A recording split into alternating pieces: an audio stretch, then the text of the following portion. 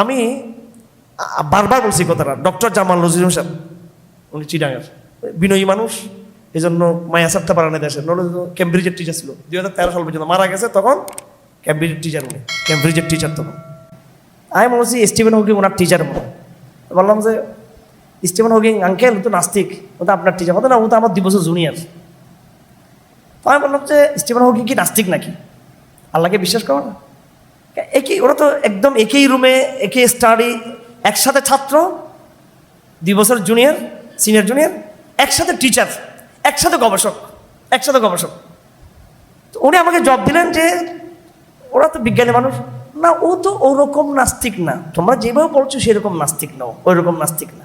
Doctor Jamal সাহেব, ওনাকে আমি কত বড় বিজ্ঞানী, হ্যাঁ, যখন এই করাসব কোনো আয়াত বলতাম, এই ওনারা একদিন নিয়ে গেছে, কাদিয়ানিরা নিয়ে গেছে, বিজ্ঞানী মানুষ বুঝে সুঝে না। আঙ্কেল কোথায় গেছে? না, উদার হওয়া দরকার আমাদের, আমাকে বলতেছে উদারতার জন্য গেছে উনি এখানে। আমি বলতো আঙ্কেল উদারতা ঠিক আছে, কিন্তু এটা 6 নম্বর আঙ্গুল, এটা বলে এটা কেমন 6 নম্বর আঙ্গুল?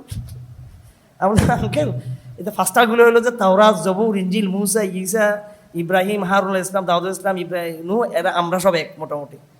খ্রিস্টান ধর্ম আলটিমেটলি আমাদের এটা এক সময় ছিল, ইহুদি ধর্মটাও ইসলাম আমাদের ছিল। কাদিনা হচ্ছে কি, আমাদের কাদের যে ড্রিল, রিভোল্ট, রিভোল্ট। ও আচ্ছা তাই নাকি? দেখেন, আর সাংবাদিকদের কাছে যান, এই উল্টাটা বুঝে আপনারা।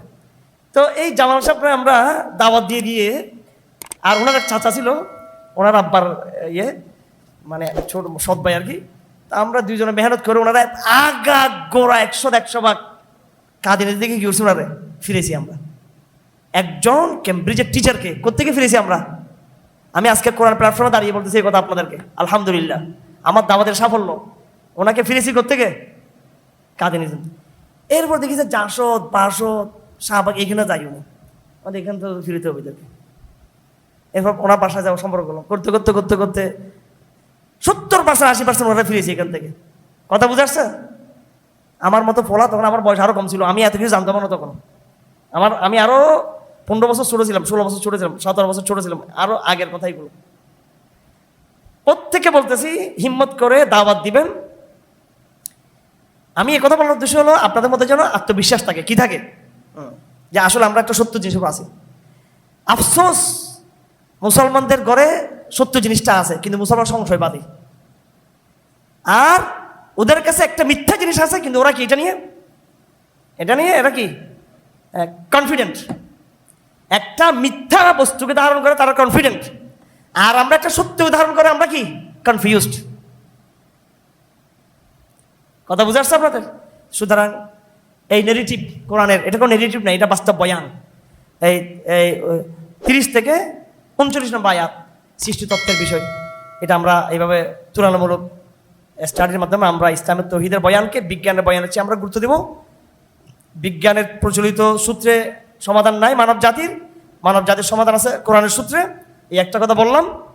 আর আগে আমি বলেছি যে সূরা বাকরার যে আলোচনাগুলো আসতেছে, এরপরে ধারাবাহিক আলোচনাগুলো আসবে, এগুলো হচ্ছে আমাদের পুরো জাতির মোটিভেশন। এইভাবে আল্লাহ পাক সুবহানাহু ওয়া তাআলা একটা উম্মাহকে গড়ে তোলার জন্য কোরআনের তরতিবটা এইভাবে হয়েছে। কেমন? কোরআন নাযিল হওয়ার সময় এক একভাবে হয়েছিল, কিন্তু কোরআন যখন তরতিব হয়ে গেছে, কিয়ামত পর্যন্ত মুসলিম উম্মাহ এইভাবে মোটিভেশনটা গ্রহণ করবে। সূরা ফাতিহা থেকে মোটিভেশনটা নেবে, এরপর সূরা বাকরা থেকে পৃষ্ঠা এক পৃষ্ঠার পর আর পৃষ্ঠা ধারাবাহিক মোটিভেশন নেবে। এইভাবে পুরো মোটামুটি কোরআন শরীফের এই অধিকাংশ বা পুরোটা বা একটা উল্লেখযোগ্য অংশ যখন আমাদের মধ্যে চলে আসবে, ইনশাআল্লাহ আমি একটা সভ্যতার, একটা নতুন ধর্মের, একটা নতুন পৃথিবীর, নতুন জীবন ব্যবস্থার আমি একজন মুখপাত্র ইনশাআল্লাহ। ঠিক আছে? ওয়াখিরু দাওয়ানা আলহামদুলিল্লাহি রাব্বিল আলামিন ওয়া সাল্লাল্লাহু তাআলা আলা খাইরি খালকি মুহাম্মদ ওয়া আলিহি ওয়া সাহবিহি আজমাইন। সুবহানাকাল্লাহু ওয়া বিহামদিক আশহাদু আল্লা ইলাহা ইল্লা আনতা আস্তাগফিরুকা ওয়া আতুবু ইলাইক।